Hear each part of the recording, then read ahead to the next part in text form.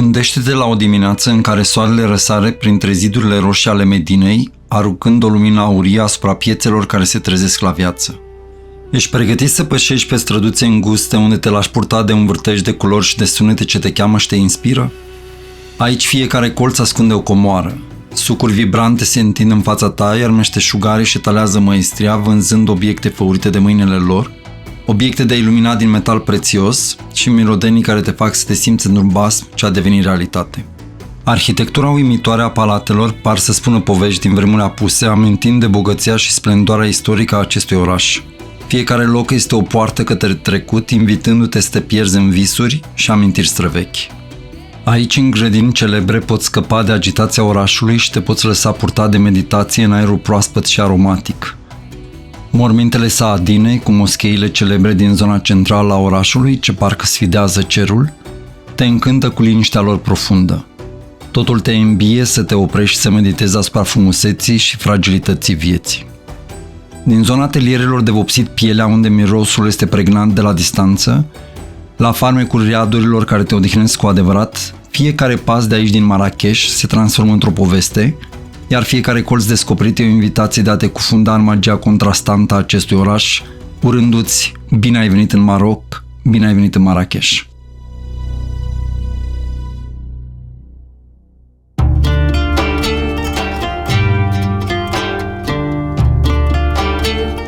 Cutreierând străzile orașului Marrakech, numit adeseori capitala turismului Maroc sau orașul roșu din cauza culorii vibrante pe care zidurile caselor o proiectează, ajungi în piața Jemaa El Fna, centrul orașului, un loc plin de viață și energie unde cultura marocană prinde viață în fiecare colț. Aici sunetele muzicii tradiționale se amestecă cu strigătele vânzătorilor, cu agitația localnicilor și a turiștilor, iar mirosurile condimentelor aromate te atrag să explorezi tarabele pline de bunătăți și de fructe. Pe măsură ce pășești în piață, te întâmpină un spectacol de imagini vii, de tarabe multicolore și povestiri, care captivează privitorii, transformând fiecare moment într-o amintire de neuitat. Este locul unde localnicii și vizitatorii coabitează, iar tarabele pline de fructe cu arome și linii cromatice de tot felul te îmbie spre cumpărături. Aici, în piața Jemaa El Fna, poți savura un ceai marocan turnat după tradiția locului de la înălțimi, sau poți servi o cafea aromată admirând frumusețea magazinelor care expun ierburi și condimente de toate felurile. Jemaa El Fna nu este doar un simplu loc de tranzit, ea este o experiență multisenzorială, un loc unde tradiția transportului cu asin și modernitatea coexistă armonios, oferind vizitatorilor ocazia de a se bucura de farmecul autentic al Marrakechului.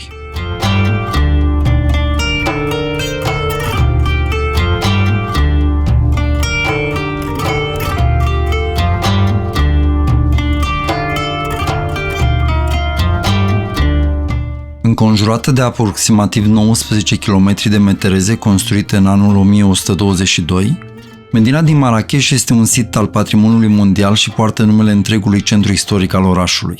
Este cea mai veche parte a Marrakechului, cunoscută și sub numele de orașul vechi. Până acum mai bine de 100 de ani, întregul oraș Marrakech și activitățile sale comerciale se aflau între aceste ziduri, cu siguranță înainte de a începe expansiunea sa economică. Medina este cu adevărat un loc fascinant, un veritabil mozaic de viață și culori vibrante care îți captează simțurile. La intrare în acest labirint al străduțelor înguste, ești imediat întâmpinat de căldura nuanțelor roșii ale clădirilor, construite din argilă și piatră, care emană o senzație de tradiție și autenticitate. Aceste amfiteatre de arhitectură oferă nu doar un spectacol vizual, ci și o conexiune profundă cu istoria orașului, fiecare zid având o poveste de spus. Fiecare pas te poartă mai adânc în inima Medinei, unde atmosfera devine tot mai intensă, iar sunetele, mirosurile și imaginile se amestecă într-un adevărat carnaval sensibil. Această călătorie prin Medina din Marrakech nu este doar o simplă plimbare, ci și o experiență imersivă care te conectează cu cultura locală autentică.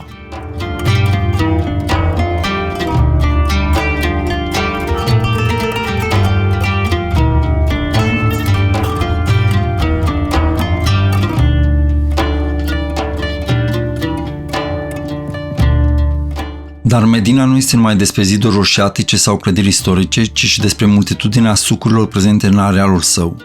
Lăsând în urmă clădiri emblematice, cu uși de intrare vopsite într-un albastru ireal, Medina te conduce la sucurile care dau o nuanță aparte Marrakechului. Aglomerația devine copleșitoare, obositoare pentru turistul prea pretențios, dar și electrică. Pe de o parte, localnici care își etalează marfa în încercarea de a o vinde cu ușurință, iar pe de altă parte, turiști curioși care admiră vitrinele pline de obiecte de artizanat. Această diversitate de oameni creează o atmosferă vibrantă în care culturile se întâlnesc și se îmbină într-o armonie fascinantă. Tarabele cu mărfuri variate, de la condimente aromate așezate în saci multicolori, la corpuri de iluminat dintre cele mai diverse și cu forme de cele mai neobișnuite, la obiecte de ceramică fină decorată cu motive tradiționale și ajungând la țesături din lână de cămilă, atât de colorate și de plăcute vizual. Toate răspândesc arome seducătoare, invitându-te să te oprești și să explorezi măcar pentru o secundă, pentru a pune în mișcare arta negocierii prețurilor. Aici, în sucurile Medinei, fiecare perimetru te surprinde cu detalii arhitecturale fascinante și cu sunetul din piață adeseori asurzitor. Această agitație obișnuită pentru Marrakech, combinația dintre culori și arome specifice, dar și construcțiile în sine, fac din Medina o destinație de neuitat. Toate te poartă într-o aventură culturală și economică, unde trecutul și prezentul se împletesc cu abilitate.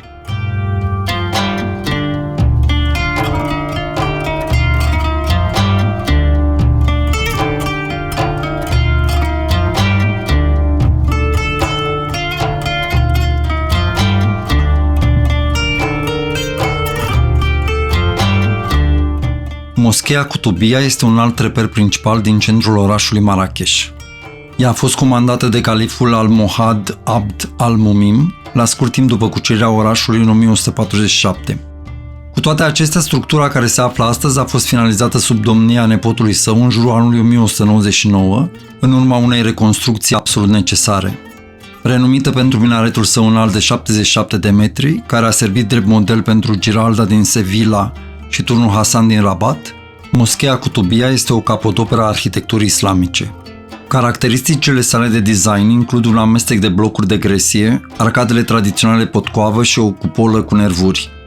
Minaretul, împodobit cu 4 globuri de cupru, este un exemplu de ornamentație maură, iar funcția sa se extinde dincolo de spiritual, deoarece a servit și ca far și turn de veche al orașului.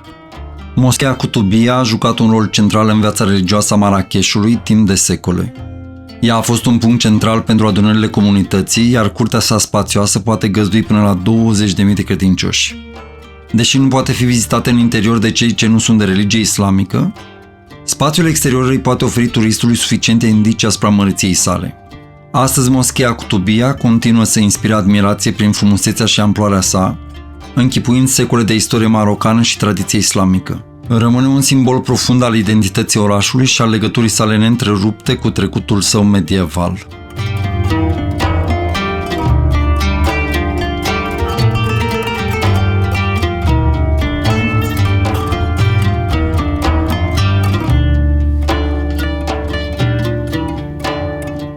Palatul Bahia este un exemplu uimitor de arhitectură și design marocan. Construit la sfârșitul secolului al XIX de către Si Musa, marele vizir al sultanului pentru uz personal, Palatul Bahia urma să poartă numele uneia dintre soțiile sale. El a fost construit de meșteri din Fez, care au introdus pentru întâia oară în Africa de Nord vitraliul ca element decorativ. Numele de Bahia înseamnă splendoare sau frumusețe, reflectând stilul său extravagant și grandoarea interioarelor.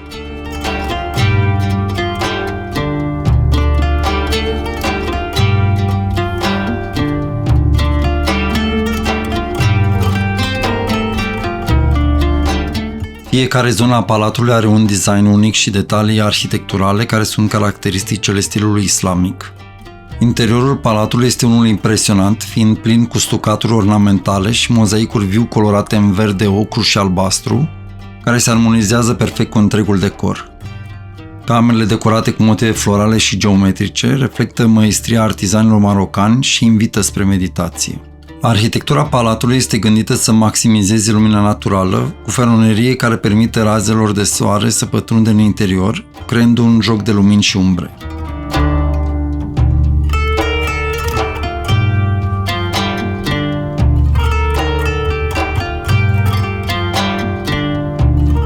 Cele două curți interioare distincte, fiecare cu o frumusețe proprie, vorbesc de la sine despre frumusețea Palatului Bahia.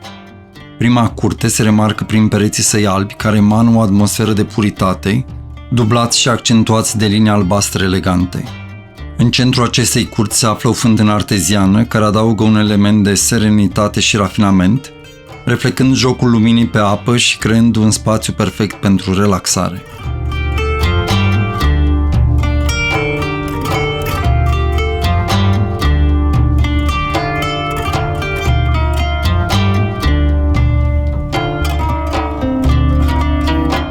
Cea de-a doua curte, mult mai mare, impresionează prin mozaicurile sale vibrante specifice culturii islamice.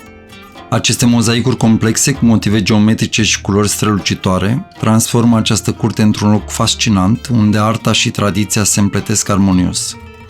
Este un spațiu care invită vizitatorii să se bucure de frumusețea detaliilor și de atmosfera istorică a palatului. Palatul Bahia nu este doar o destinație turistică populară, ci și un simbol al bogăției și rafinamentului marocan. Astăzi, el rămâne un loc fascinant de explorat, care oferă o privire asupra istoriei și culturii Marocului.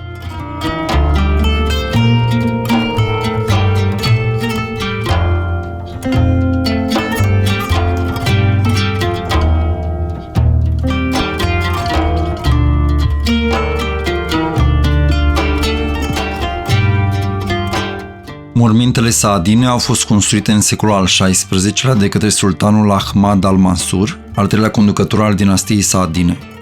Ele au fost construite pentru a onora strămoșii sultanului și au fost concepute pentru a fi o demonstrație grandioasă a puterii și a bogăției sale. Mormintele sunt situate în moscheea Kashbah, construită în 1557, care este una dintre cele mai vechi moschei din Maroc. Mormintele sunt compuse din două secțiuni principale, fiecare conținând mai multe camere, toate decorate cu sculpturi complexe în stuc și plăci colorate în nuanțe de albastru, verde și maro. Albul pereților te invită spre meditație și spre reflectarea asupra spiritualității și tradițiilor islamice. Mormintele Saadine nu sunt doar un loc de odihnă pentru sultanii trecutului, ci și un simbol al identității culturale marocane, atrăgând turiști și cercetători din întreaga lume, care vin pentru a explora și înțelege mai bine legătura dintre istorie și prezent.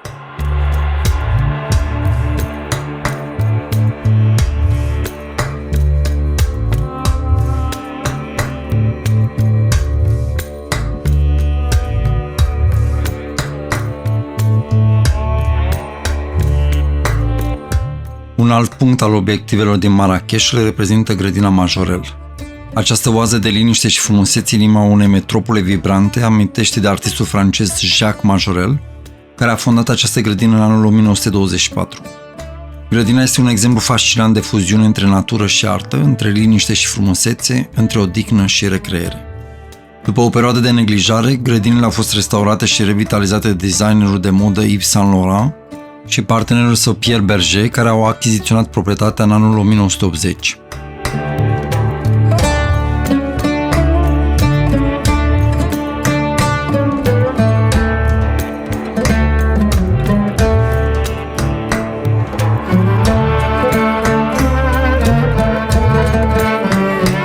Intrând în grădinile Majorelle, vizitatorii sunt întâmpinați de o paletă vibrantă de culori, cu plante exotice, specierare de cactus și flori tropicale, toate structurate într-un design peisagistic ingenios. Atracția principală a grădinii Majorelle nu este doar frumusețea peisajului, ci și atmosfera de încărcare spirituală.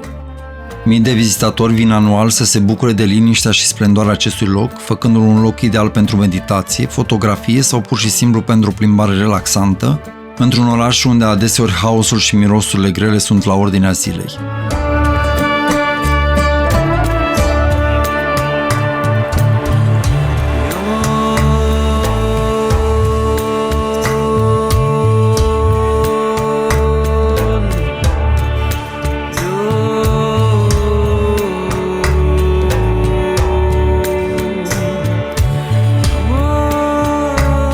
Grădina Majorelle din Marrakech este mai mult decât un simplu parc sau un loc de refugiu din viața tumultuoasă. Ea reprezintă o sinteză a artei, a naturii și a culturii marocane, lăsând o impresie durabilă asupra tuturor celor care o vizitează, inspirându-i pe artiști, scriitori și iubitori de frumos să exploreze și să aprecieze diversitatea și bogăția patrimoniului marocan.